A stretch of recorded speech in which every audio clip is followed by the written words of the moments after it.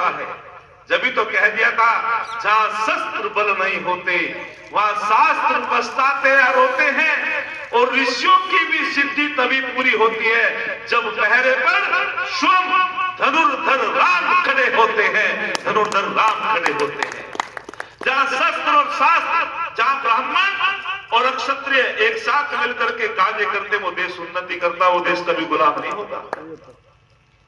और आगे स्वामी जी ने कहा कि इसका मतलब यह नहीं था भैया, एक पिता की 4 संतान है और चारों संतान गुरुकुल में पढ़ रही है। एक शास्त्रों में पारंगत हो गया, कुशल हो गया, आचार्य ने उसको ब्राह्मण कह दिया। एक जो है शस्त्रों में पारंगत हो गया, धनुर्विद्या में, वो क्षत्रिय हो जाता था। एक व्यवसाय में उसने व्यवसाय की शिक्षा ग्रहण की, वाणिज्य की शिक्षा ग्रहण कर ली, वो उसको कहने लगे वैश्य। और एक जो है उसकी समझ में बात नहीं, वो बीच में आ गया, बोले मैं तो घर का काम करूंगा, उसे कह दिया शूद्र। और यहाँ शूद्र की परिभाषा क्या परिभाषित की राजवीर जी? जो नीच है, बहिष्कार करने योग्य है। ना द्रुगतौ धातु से बना शूद्र, द्रुगतौ अर्थात शूद्र किसे कहते हैं? जो गति प्रदान करता है। शूद्र किसे कहते हैं? जो सेवा करता है। शूद्र किसे कहते हैं? आज्ञाओं का पालन करता है। शूद्र नीच नहीं होता है।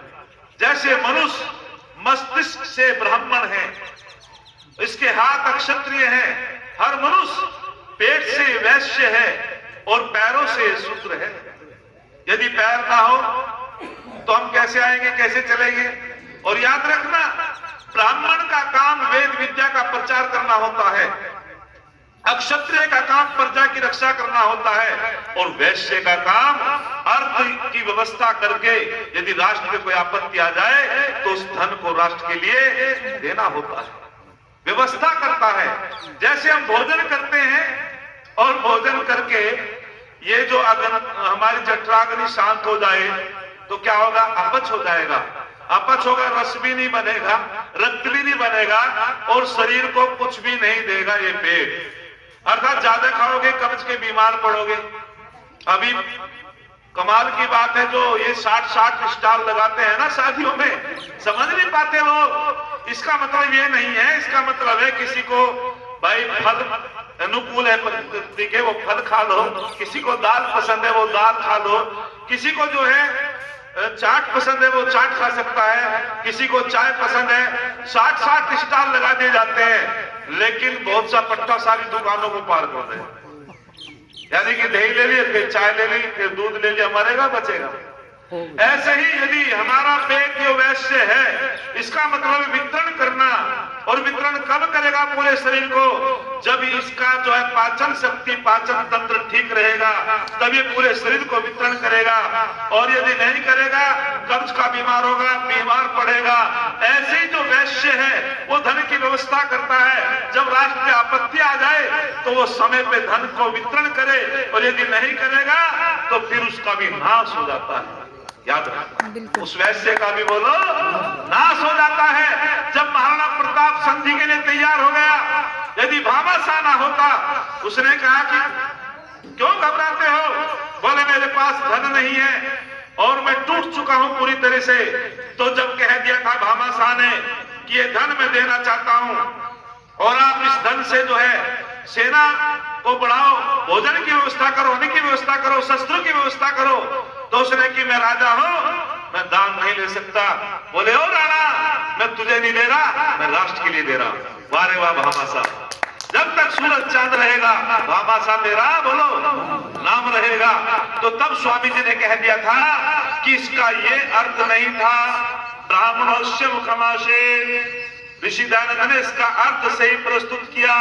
वारे वाह स्वामी दयानंद, तूने सबसे अलग हट करके काम किया।